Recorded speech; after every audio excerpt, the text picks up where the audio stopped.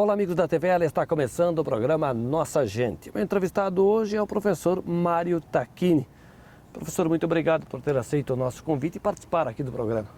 É um prazer enorme estar aqui presente conversando com vocês e passar um pouco da experiência que a gente tem dentro da universidade. Uma experiência de longo tempo e de serviço prestado à sociedade blumenauense da região do Vale do Itajaí pelo CIOPS, que é o Centro de Operações do Sistema de Alerta da Bacia do Rio Itajaí-Açu. Perfeito.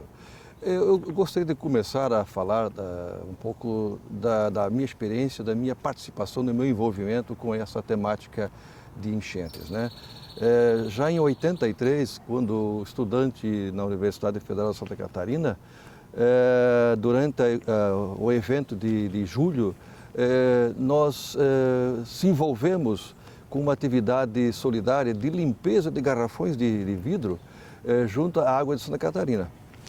E isso atuamos por 2 dias, depois fomos até a universidade e se envolvemos lá com um grupo de professores da Geografia, do curso de Engenharia Sanitária, alunos do curso de Engenharia Sanitária e da Civil, procurando resgatar as informações das 5 bacias principais do Vale de Santa Catarina que estavam sendo atingidas por o excesso de chuvas.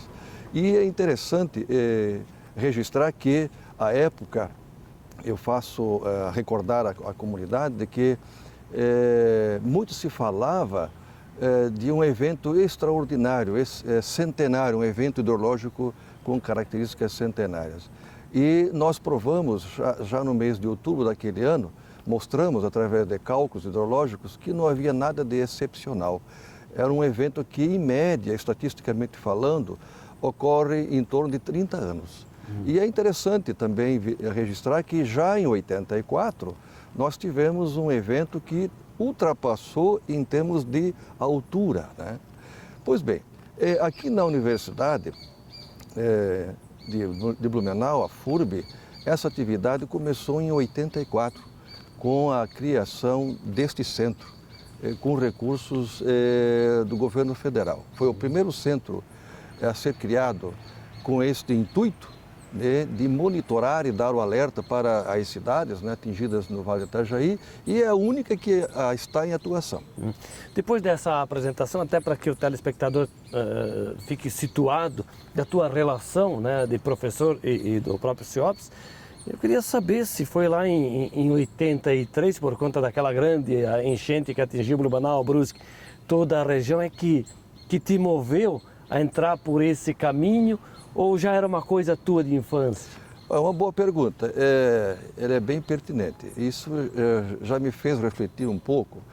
Eu lembro que, provavelmente devia ter 7 anos, morava no bairro Dom Joaquim, em Brusque, e numa certa ocasião de verão, provavelmente verão, me chamou a atenção aquelas trovoadas, e me dirigi ao meu pai, eu perguntei a ele: pai, será que chove em todo mundo como chove aqui? Ele não me soube responder, E eu penso que essas coisas acontecem como um chamamento para as pessoas. E sempre que eu pude, eu me envolvi com as enchentes. Já em 84, eu estava em Brusque, vai fazer agora aniversário no começo de agosto. A enchente em Brusque foi mais desastrosa, mais destrutiva do que a de 83. E lá nós participamos também com a prefeitura no que pudemos fazer. Com o transcorrer dos anos, eu vinha de Brusque para cá como voluntário no antigo projeto Crise, hoje IPA, que é uma entidade, que é um instituto que ainda existe na universidade, mas com outra configuração.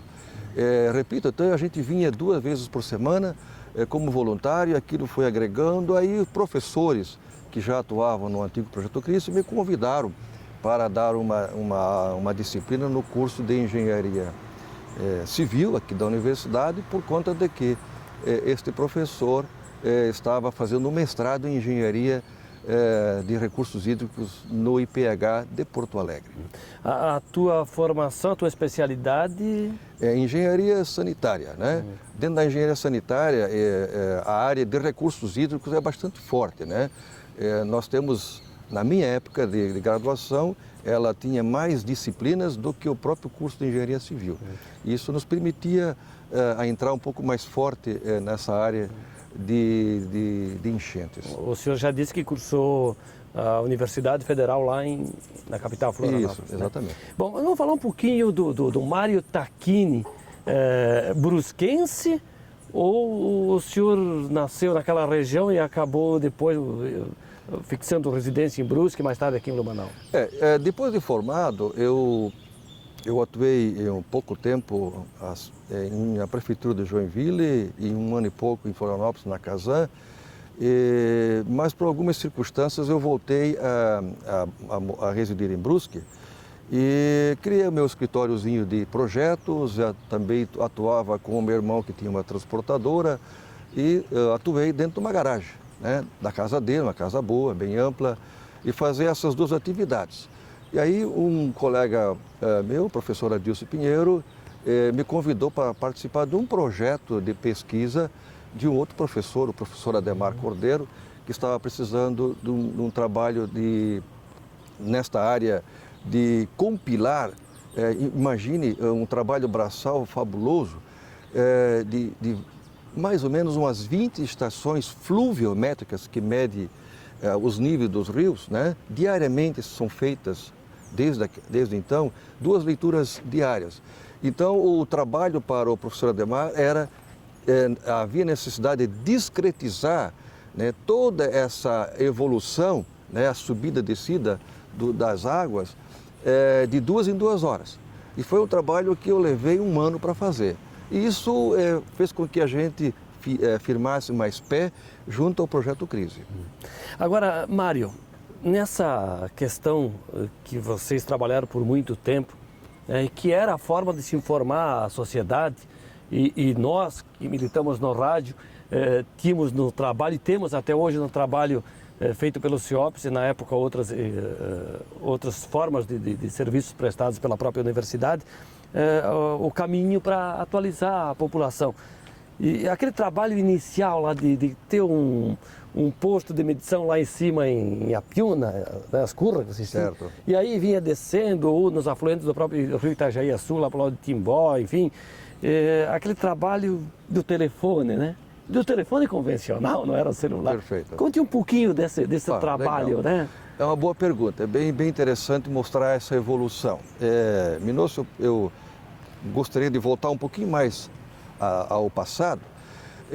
Quando a antiga Companhia de Força e Luz, criada aqui em Blumenau, no início do século passado, me parece 1910, se não me falha a memória, eles tinham necessidade de saber a evolução das chuvas, o quanto que precipitou no Alto Vale, por conta do tipo de geração de energia que tinha aqui na usina Salto. É uma barragem de nível e o excesso de águas, né, um volume muito intenso, incomodava. Então, essa comunicação eles faziam via telégrafo, né?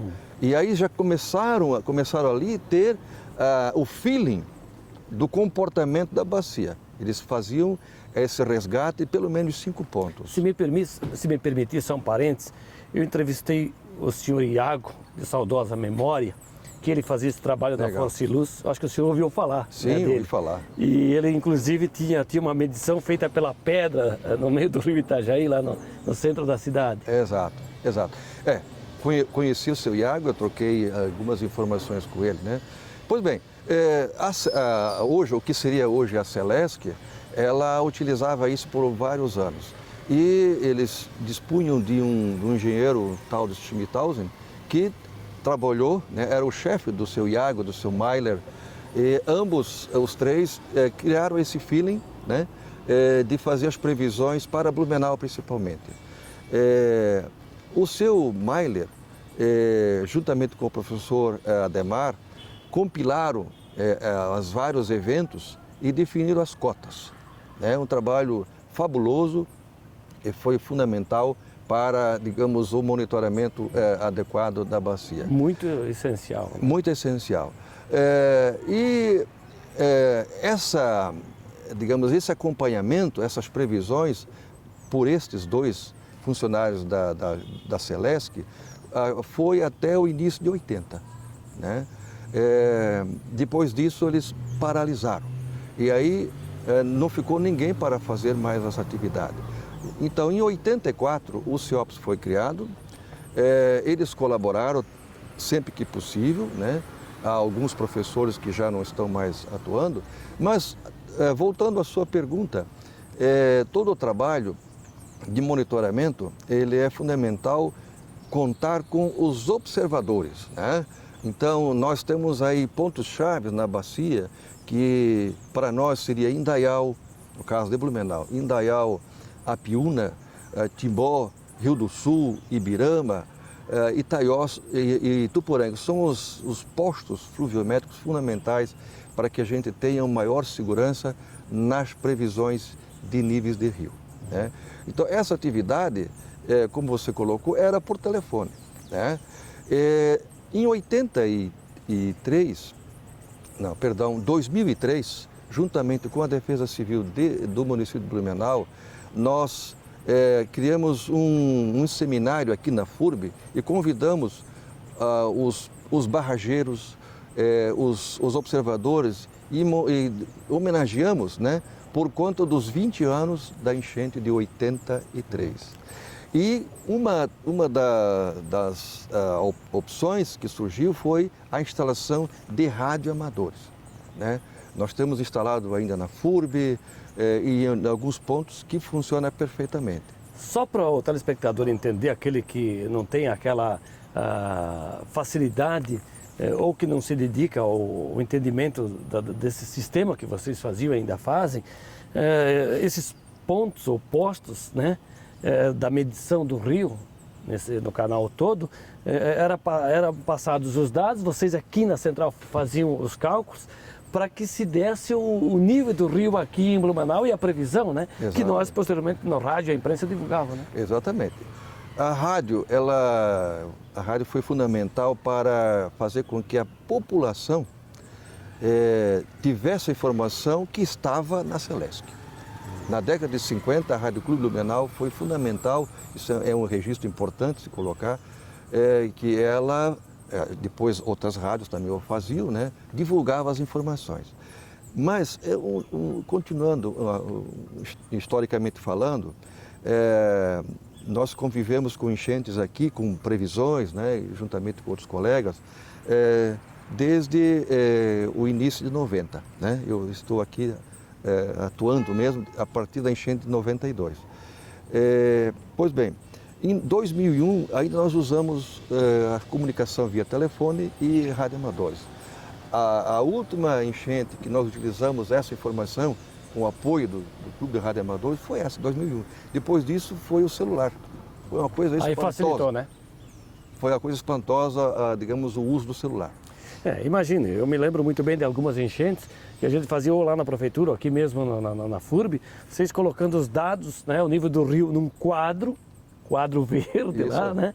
E aí as projeções, os números, depois de feita a soma dos pontos e a gente por telefone também convencional, fazendo, e era aquela expectativa da próxima medição e assim, né, se informava a população. Mário, vamos fazer um intervalo e depois a gente volta para continuar essa conversa, pode ser? Perfeito.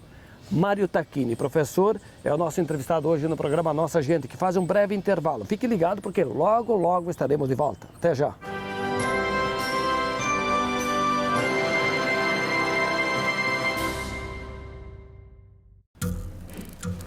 As formas de comunicação mudaram, porém a necessidade das pessoas serem ouvidas continua igual.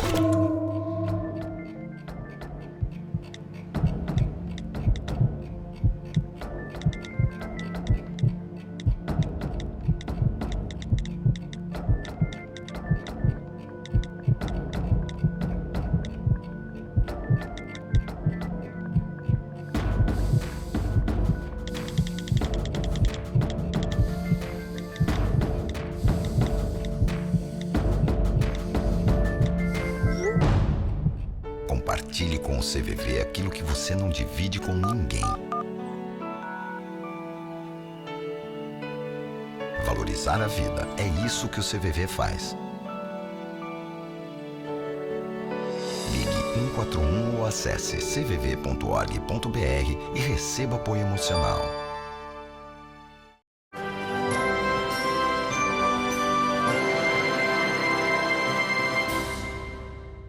Estamos de volta na sequência do programa Nossa Gente. O meu entrevistado hoje é o Mário Tacchini. Há mais de 25 anos, né, a serviço aqui do CEOBS, na FURB. Sim. Tacchini, claro, de origem italiana, né? Sim, vero. Aquela região de Brusque aí tem muitos descendentes de italianos, né? Essa região de Brusque predomina os lombardos, né? Na verdade são bergamascos, né? Um pouco de trentino e alguns mantuanos. Na verdade, o senhor nasceu em Botuverá, né? Não, eu nasci em Brusque. Ah, em Brusque mesmo? Meus pais são de Botuverá. Ah, então os pais que eram lá de cima. Isso. É interessante. É tudo no... Sim, tudo é na italianado região, ali, né? É interessante registrar que até os meus filhos são todos ainda de origem italiana, né? Não há uma miscigenação. O senhor é o quê, da terceira geração, não? Eu sou da terceira geração. Legal. Bem, mas então os estudos todos foram ali em Brusque, estudos básicos? Isso, é no Dom João Becker, uma escola municipal, e o ensino médio no São Luís, Colégio São Luís. Nos bons tempos dos clássicos Paysandu e Carlos Renault, não? Sim, com certeza. Eu era paysanduano, né? O Carlos Renault geralmente tinha mais time, né? Provavelmente mais recurso para poder contratar jogadores, né? Mas era uma pegada bacana, né? Quando haviam clássicos, eles caminhavam a pé, né? Os estádios eram perto, né? Então a gente ficava cutucando um ao outro, né? Era bem legal, né? O senhor deve ter boas lembranças daqueles embates, né? Sim, sem dúvida. Uma ocasião, o Paysandu foi jogar em Florianópolis com o Figueira e o Figueira precisava ganhar, né? E o Paysandu conseguiu segurar e marcou um gol, né? E venceu. E o meu irmão, que jogava no clube amador do Paysandu, depois jogou algumas partidas como profissional. Ele recorda muito bem esse fato, que ele estudava na Universidade Federal e o professor dele era um carioca, mas gostava do Figueira, né? Ele riu à vontade, né? Eu estou falando aí desses dois clubes que fazem parte da história de Brusque, mais tarde deram origem ao Brusque Futebol Clube. O Carlos Renault é o clube mais antigo do estado, mas na época nasceu com a denominação de Clube Brusquense, né? Clube Brusquense. Em 1913. Isso. É o clube mais antigo do estado, Exatamente. Né? E lá também nasceram os Jogos Abertos de Santa Catarina, nos anos 60, né? Brusque tem uma tradição, é um município relativamente médio para a nossa região, né? Mas é pujante no esporte, né? Por exemplo, na parte de ginástica, hoje não é mais tão ativa, o Bandeirante, né? Um clube forte que ainda permanece com várias atividades, o Carlos Renault, o Paysandu, o Santos Dumont. E o que é forte lá, como aqui em Blumenau, são os jogos amadores, né? De futebol amador, né? Continuo a persistirem, né? No meu bairro era o Cedrense, as mesmas cores do Santos, né? Em comum a festa do chopp, né? Sem dúvida. Aqui é outubro com uma proporção bem maior e a Fenarreco lá que não tem a mesma. Mas a ideia é parecida, o chopp, né? A gastronomia, né? Nós temos em Brusque o clube de caça e tiro mais antigo do estado, se não me falha a memória. O Araújo Brusque? O Araújo Brusque, né? Um dado interessante, né, curioso, por exemplo, o churrasco que nós comumente comemos em festas religiosas, ele é de origem italiana, né, da região da Toscana, né? Brusque era um sobrenome italiano, né? Foi aportuguesado para Brusque, né, por sugestão de Dom João VI. O pai de Araújo Brusque era funcionário de Dom João VI. Né? Estou equivocado ou o nome Brusque, o Araújo Brusque era o marinheiro? Não, ele era, à época, como se diz, ele era um funcionário público do Império. Né? E ele, na verdade, que trouxe os imigrantes para Brusque, né? Numa embarcação de desterro para o Itajaí. Ele acompanhou esse pessoal, né? E uma coisa que não está muito claro, mas o município surgiu como nome Colônia Itajaí Brusque. Depois passou a ser chamado de São Luís Gonzaga, mas todos os colonos imigrantes chamavam de Brusque. Né? Talvez já ali uma competição com Blumenau, né? Eu quero crer que seja algo parecido com isso. Interessante, mas é importante a gente falar nesse sentido, né?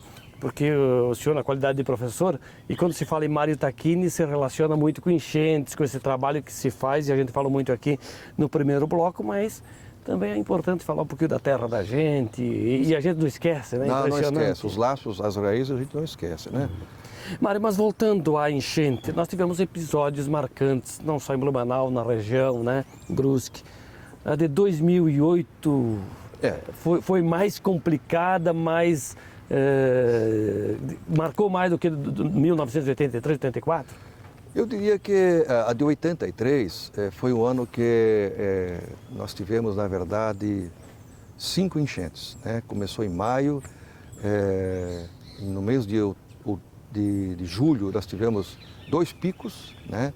Subiu a 15,34, depois baixou e voltou a subir a 13, e ainda no final do ano. Então foi muito impactante, porque as pessoas estavam limpando os seus imóveis, suas casas e voltavam a subir, o pessoal não aguentava mais. Mas 2008, foi um evento extremamente complicado para a meteorologia. Todos os modelos meteorológicos não conseguiram registrar a magnitude, a intensidade de chuva que aconteceu, principalmente aqui no Vale do Itajaí. Isso é fato, houveram vários eventos aí em que os meteorologistas se reuniram e discutiram, né? Foram pegos de surpresa. Um evento extremamente diferenciado, ele veio de baixa altitude, né? E toda a umidade veio do mar. Tanto é que os municípios mais próximos à orla do mar, né? Luiz Alves, Itajaí, Ilhota, Gaspar, Brusque, tiveram os seus territórios em 100% atingidos. Blumenau foi extremamente danoso, mas atingiu em torno de 35% do território. Né? Mas o fato é que em 3 dias, né, nós tivemos aí 500 milímetros aqui em Blumenau. Em Luiz Alves passou de 700 milímetros. Uma explicação técnica para isso, porque tanta chuva num espaço localizado e num tempo tão curto, né, porque não durou tanto tempo aquela chuva. Foram basicamente, se não estou enganado, do dia 22 a 24. Né? Pois então 2 dias se comparado com 83, que foi tantos dias de chuva. Começou, né? No sábado, né? E eu já vinha de casa a pé, com guarda-chuva, com os apetrechos, né? Eu imaginava que daqui eu já não ia sair mais antes de 3 dias, né? Mas assim, foi uma conjunção de fatores, né? Como eu disse, muita umidade que veio do mar, né? E o detalhe importante, nós tivemos o mês de setembro e outubro extremamente chuvosos. Tivemos aí no mês de setembro 300 e poucos milímetros, enquanto que a média histórica é de 100 e poucos milímetros. Outubro é a mesma coisa, né? Novembro tivemos no mês 1001 milímetros, né? Então não há estrutura, não há encosta, não há morro que suporte isso tudo.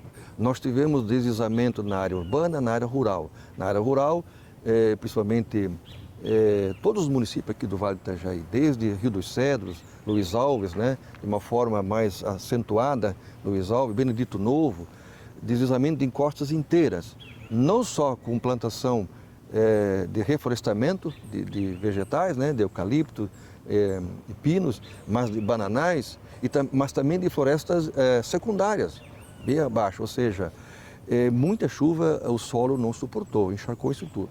Agora, o detalhe que as pessoas precisam entender é que nós estamos numa região de floresta pluvial.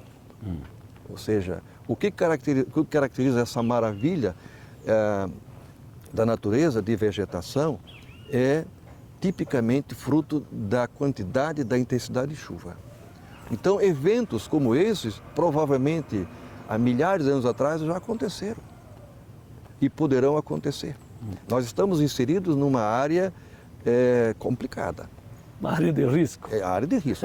Mário, a gente falou da forma como foi feita por muito tempo a medição do nível do rio, como ainda hoje se faz, com tecnologias modernas, e as coisas vão avançando. Agora, para o leigo, como é que se faz a previsão, né? Que a gente vai lá, assiste aquele pessoal da televisão, do rádio, vai chover amanhã, não sei o quê, mas como é que... É um trabalho minucioso, de muito estudo, né? Sem dúvida. Particularmente o que eu faço, depois de muitos anos, né, acompanhando cada evento, né? Cada evento é uma resposta diferente, né? Por quê? Porque nós estamos, no caso, falando a previsão para Blumenau. Desde as cabeceiras até Blumenau, nós temos 11.800 km². Então, a bacia do Itajaí-Açu é considerada uma bacia de ordem média, até 15.000 km². Respostas rápidas. Então, se nós não temos alguém monitorando digamos, a evolução do tempo, né, um meteorologista, que vai dar uma previsão para as próximas horas, ou um dia, 2 dias, né, além do que, gerado ou acontecido o fato, choveu, alguém não está medindo, ou o equipamento, hoje nós temos em vários pontos a medição através de pluviômetros que repassa, digamos, o dado, a informação por telemetria, ou seja, em tempo real, né? Se esses equipamentos não dispuserem a informação, nós começamos a ficar meio maluco, né? Então é preciso sempre estar em contato com os observadores para confirmar, porque os equipamentos também falham, deixam de transmitir, né? Pois bem, então o que a gente utiliza? Eu utilizo a informação de pelo menos 8 pontos da bacia, né? Os principais daqueles que nós podemos confiar a informação. Não adianta a gente querer utilizar 20 postos ou 50 postos se nem sempre aquele equipamento é dado a devida atenção. Cai folha, cai um fruto, cai outras coisas. Às vezes ele não é limpo, ele transborda, ele está cheio, ele está passando uma informação errada.